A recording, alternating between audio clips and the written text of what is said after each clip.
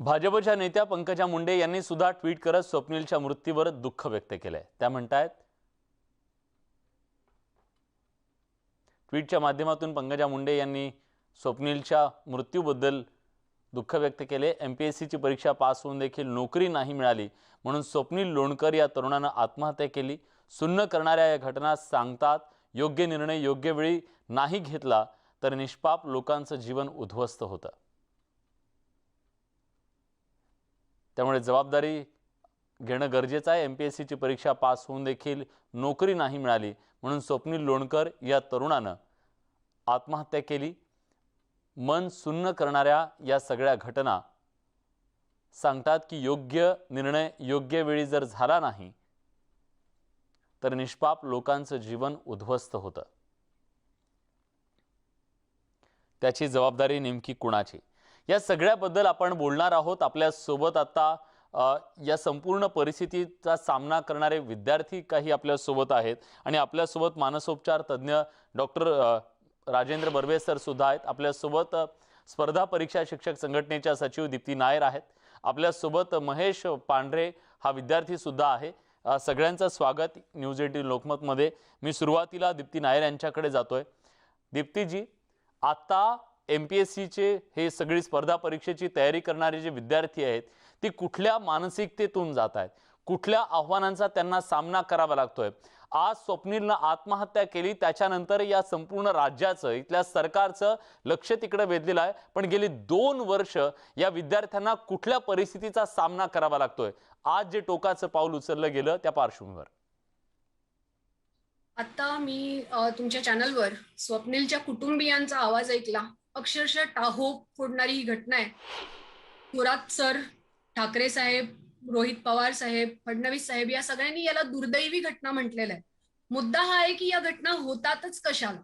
2 वर्षांपासून आम्ही संघटनेच्या माध्यमातून, विद्यार्थ्यांच्या माध्यमातून हे प्रश्नांना आवाज उठवण्याचा प्रयत्न करतोय की एमपीएससीच्या वेबसाईटना रेग्युलेट करा, यांचा कारभार सुरळीत करा, ज्या रिकाम्या जागा आहेत त्यांना भरा, परीक्षेचं टाइम टेबल द्या। ठीक आहे की कोविड-19 मुळे जे एज्युकेशनल, सोशल, इकॉनॉमिकल प्रॉब्लेम्स निर्माण झालेले आहेत त्याला आपल्याला अवॉइड करता येत नाहीये, पण एमपीएससी कॉन्स्टिट्यूशनल बॉडी आहे, स्वायत्त संस्था आहे आणि या स्वायत्त संस्थेला त्यांचं आयोग सुद्धा कंप्लीट नाहीये। तुम्ही विचार करून बघा की हेल्थ एज्युकेशन किंवा हेल्थच्या आता आरोग्य पदाच्या ज्या आरोग्य सेवेच्या भरत्या आल्या त्या आता आल्या जेव्हा पॅन्डेमिक अगदी आपल्या डोक्यावर उभं होतं। हो, त्या प्रकारे तुम्ही 2-2 वर्ष विद्यार्थ्यांची इंटरव्ह्यू थांबवतात। असे अनेक विद्यार्थी आहेत सर ज्यांचं सिलेक्शन झालेलं आहे। तहसीलदार, डेप्युटी कलेक्टर पदावर त्यांची निवड झालेली आहे, पोस्टिंग झालेली नाहीये। त्या विद्यार्थ्यांनी काय करायचं?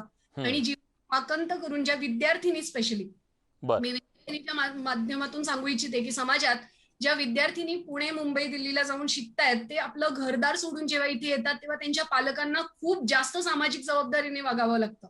त्या विद्यार्थी आज 2 वर्षांपासून वाट पाहतायत की एक्झाम होणार आहे। नेहमी फक्त एक आशा, एक अपेक्षा की आज नाही तर उद्या ही परिस्थिती टळेल, पण हे कुठपर्यंत चालणार? भवितव्य टाळीला हा तुमचा जो कार्यक्रम होता त्यामधूनही आम्ही एक प्रश्न उचलण्याचा प्रयत्न केला होता की विद्यार्थ्यांचं भवितव्य टांगणीला ठेवू नका, कारण समाज हा जो आपला समाज आहे यातल्या तरुण विद्यार्थ्यांचं जर भवितव्य टांगणीला लागलं तर पूर्ण समाजाचंच भवितव्य टांगणीला लागणार। हो, त्यामुळे योग्य वेळेला योग्य पाऊल, जसं आता तुम्ही म्हणालात की आयोगाने एकतर वेळापत्रक द्या, ते वेळापत्रक योग्य वेळेला पार पाडा। सगळे विद्यार्थी, आता एमपीएससी यूपीएससी करणारे जे विद्यार्थी आहेत ते जाणकार आहेत, जागृत विद्यार्थी आहेत, सगळ्यांचे डोस, वॅक्सिनेशनचे डोस ऑलमोस्ट झालेले आहेत, 1-1, 2-2 डोस आता झालेले आहेत। आम्ही सुद्धा ठीक आहे, आम्हालाही माहितीये की आपल्या आरोग्याची काळजी घ्यायला पाहिजे। तुम्ही पूर्ण तत्परतेने परीक्षा घ्यायला सुरुवात करा, आम्ही तुमचा सपोर्ट करतो, पण परीक्षा घ्या, आता पद भरा, हे महत्वाचं आहे सर। नक्कीच दीप्तीजी, तुम्ही खूप महत्त्वाची बाजू मांडलेली आहे विद्यार्थ्यांचे। डॉक्टर राजेंद्र बर्वे मानसोपचार तज्ञ आता आपल्या सोबत आहेत। राजेंद्र सर, ही काही पहिली आत्महत्या नाहीये। गेल्या काही काळामध्ये अशा सातत्याने बातम्या येत होत्या, एमपीएससीच्या विद्यार्थ्यांनी असतील किंवा इतर विद्यार्थ्यांनी केलेल्या या सगळ्या आत्महत्या असतील। इतकं टोकाचं पाऊल उचलण्यापर्यंतची नैराश्याची ही सगळी गर्दी त्यांच्या भोवती झालेली आहे। काय नेमकं आहे की जेणेकरून आज मुलांना इतक्या टोकाचं पाऊल उचलावं लागतंय? कुठल्या परिस्थितीतून ही मुलं जात असतील आणि या मुलांनी नेमकं काय केलं पाहिजे? पहिली गोष्ट म्हणजे केवळ आता ही परीक्षा देणारी मुलं आहेत हा आणि पास झालेली काही मुलं आहेत, परंतु परीक्षा व्हायच्या आधी म्हणजे एमपीएससीची आणि युपीएससीची तयारी करणाऱ्या मुलांची मानसिक स्थिती नेहमीच नाजूक झालेली असते. हा कारण इतकं अनिश्चिततेचं वातावरण असतं, इतकं त्याच्यावरती इतका भरवसा टाकलेला असतो, परंतु आपल्याला नोकरी मिळेल का, परीक्षा पास आपण होऊ का, असे अनेक प्रश्न त्यांच्या मनात असतात. हा त्यामुळे हे परीक्षेच्या आधी तयारी करणाऱ्यापासूनच मुलांच्या मनावरती प्रचंड तणाव असतो आणि हम्म त्या तणावातनं खूप प्रश्न निर्माण होत असतात. त्यांची स्मरणशक्ती बरोबर चालत नसते, त्यांना कॉन्फिडन्स वाटत नसतो, त्यांना काही सुचत नसतं, घरातल्या लोकांचं प्रेशर असतं. अशामधनं जेव्हा एखादी वस्तू, एखादी आपलं उद्दिष्ट असं अगदी डोळ्यासमोर आहे, पण आपण तिथपर्यंत पोहोचू शकत नाही, हा अशी जेव्हा परिस्थिती येते, तेव्हा खरोखरच ते घायकुतीला येतात. हम्म महत्वाचा मुद्दा हा आहे. दोन महत्वाचे मुद्दे आता त्या स्वप्नीलच्या आई वडिलांचं पण बोलणं आपण ऐकलं, बहिणीचं ऐकलं, त्याच्यावरून आपल्या लक्षात येतं आणि मला पण असं एक वाटतंय की ज्या प्रकारचं संवाद व्हायला पाहिजे कुटुंबामध्ये, त्या मुलांनी पण, तरुण मुलांनी पण आपल्या आई वडिलांशी मोकळेपणाने हा संवाद करायला पाहिजे हम्म की माझ्या मनात आता काय येतं आहे. हा कारण आमच्या दृष्टीने आत्महत्या करावीशी वाटणं ही जरी एक इम्पल्सिव्ह घटना असली, आपल्याला वाटतं की ती इम्पल्सिव्ह आहे, हम्म परंतु ती तितकी वाटते तितकी इम्पल्सिव्ह नसते. त्याच्या मागे खूप मनामध्ये विचार केलेला असतो. अनेकदा युट्यूब वरती जाऊन, हम्म गुगल वरती जाऊन सर्च केलेलं असतं. अशा अनेक घटना यापूर्वी घडलेल्या असतात आणि एका क्षणाला त्या विद्यार्थ्यांनी, त्या मुलांनी हे केलेलं असतं. म्हणजे हम्म याच्या आधी मनामध्ये काय चाललेलं आहे याच्याविषयी कुटुंबामध्ये आणि आपल्या मित्रमैत्रिणीमध्ये, आपल्या ग्रुपमध्ये चांगली चर्चा व्हायला हवी. हा म्हणजे जो माणूस यशस्वी कोण, की जो अपयश पचवू शकतो, तो जो वाट पाहू शकतो, तो अनसर्टन, अनिश्चित काळामध्ये मनाचा धीर ठेवतो, तो माणूस यशस्वी असतो, असं माझी यशाची व्याख्या आहे. निश्चितच दुसरा महत्वाचा मुद्दा आहे हम्म तो असा की वारंवार म्हणजे आता 10वी-12वीच्या परीक्षेच्या मुलांचं पण सगळं अधांतरी होतं हा तेव्हा पण आणि आता पण.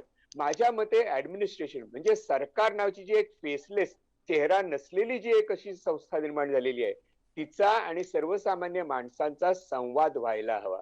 हा जर जर वारंवार या विषयावरती कोणीही ऍडमिनिस्ट्रेशन मधल्या किंवा पॉलिटिक्स मधल्या लोकांनी, खासदार आमदारांनी सातत्यानं जर संपर्क ठेवला असता, आपल्या भागातल्या विद्यार्थ्यांची, त्यांची सुखदुःख समजून घेतली असती, त्यांच्या घरी जाऊन त्यांना भेटी दिल्या असत्या, त्यांच्या क्लासेसला जाऊन भेटी दिल्या असत्या आणि त्यांना धीर दिला असता, तर एक मनाला दिलासा असतो की आपलं म्हणणं कोणीतरी ऐकतंय.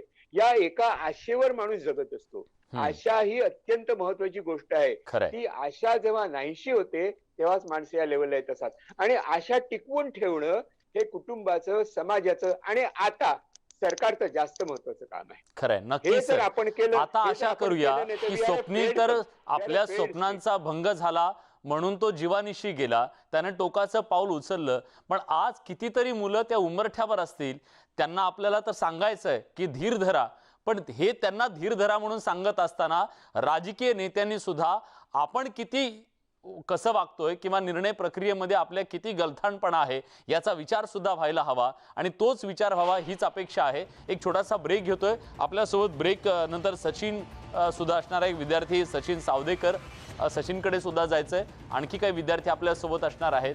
जाणून घ्यायचंय की त्यांच्या या सध्याच्या परिस्थितीबद्दल नेमकं त्यांना काय वाटतंय. कुठे जाऊ नका, पहा फक्त न्यूज 18 लोकमत.